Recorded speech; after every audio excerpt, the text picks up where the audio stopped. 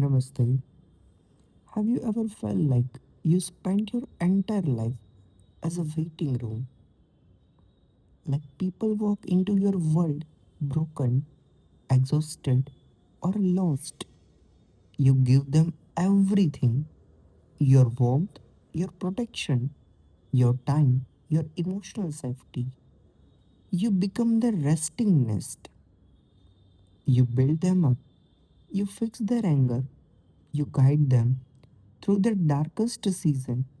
You help them get back on their feet. And the exact moment they grow wings, the exact moment they are strong enough to fly, they leave. If you are watching this and you feel that heavy note in your chest because you know exactly what I'm talking about, this video is for you. Today we are talking about a universal human pattern. We are looking at a 32-year journey of loving too hard, giving too much, and forgetting to punch the time clock on our own life. We forget punch in and punch out. Let's break down the pattern, understand the trauma, and look at the higher soul lesson and find solution together. First, pattern of resting nest.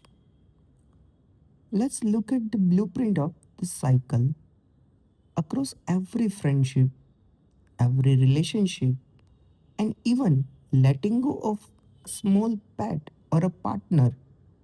The script always look at the same: magnet, rescue, launchpad, departure. Let's describe this. One is magnet. You draw in a people who are struggling, people dealing with their anger issue, bad habit, academic stress, lack of direction, or emotional chaos. Second, the rescue. You become their safest place. You provide care, you provide love, you provide warmth and confidence. You give them their self value. You help them understand their life and how to achieve their goal. Third, the launch pad. They heal under your care. They stabilize. They get degrees. They build confidence and or find out their footing. Fourth, the departure. And then one day they fly away. Some leave because they feel you are too protective. Some people leave because they want to settle down elsewhere. Some people leave because they claim you don't fit their community or their new life. One person even told you that you are like a precious item kept locked inside a cupboard, only brought out when festival like Diwali arrives to bring a light, and then put back in a dark when life returns to the normal. Think about that metaphor: a resting nest. Nest is built out of a soft twin to shelter someone while they are vulnerable. But a nest ultimate purpose is for the bird to live it. If this has been happening to you for a long years, it feels exhausting now. It make you feel like empty wolf giving away every drop of life energy until you have nothing left to make yourself proud, feeling behind compared to social standards. Let's see the second part, the root cause of this problem. Why we fall into this trap? Why do we do this? Why are some of us weird to be the savior? When we look deeper into the human psyche and perhaps early conditioning, we find the real answer. First, a childhood script. Many of us learned every early in a life to be the good child. We were told that solve the problem, don't make the problem, be responsible child. We learned that our safety and our value came from being a useful and causing a zero burden. Second, the transition of love. We internalize the belief that love equals responsibility. We unconsciously believe that someone will only stay with me if I am able to fulfill their missing half. Third, the fear of stillness. When life is completely calm and no one needs saving, it feels strange or stagnant. Our nervous system is so used to crisis management that peace feels unfamiliar. And so we pour 100% of our energy into fixing everyone else's external world because it distracts us from facing our own internal void.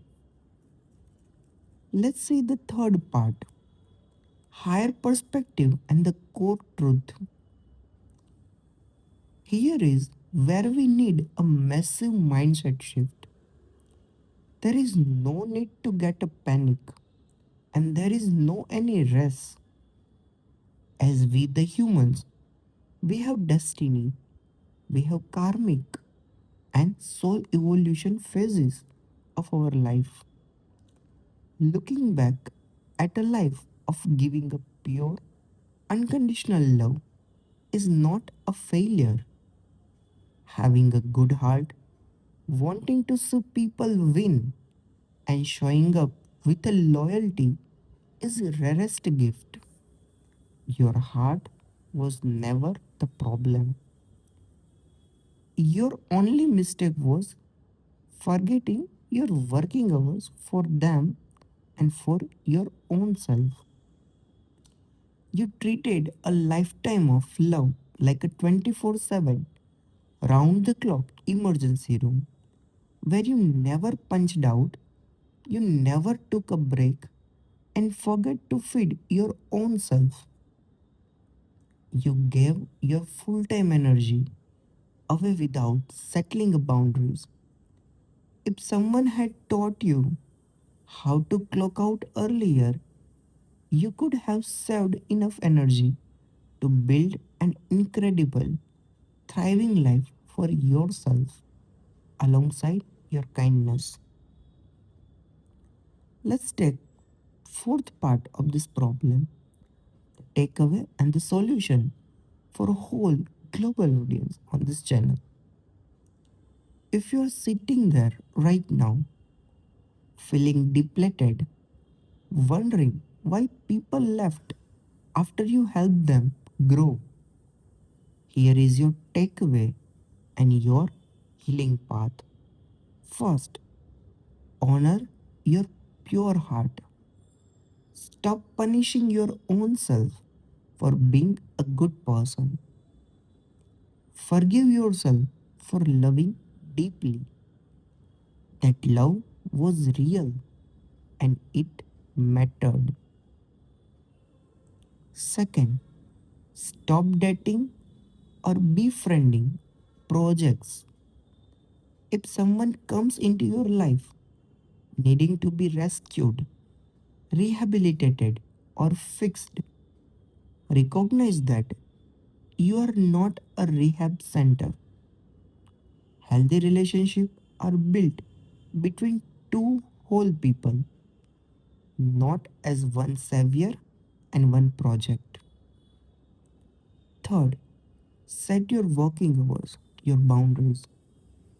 You are allowed to care, but you are not required to sacrifice your entire existence for someone else's journey.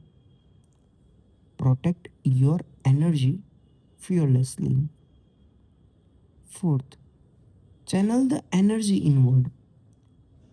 Take all that loyalty, warmth, and dedication that you spent decades handling out to people who eventually walked away and turn it towards your own self.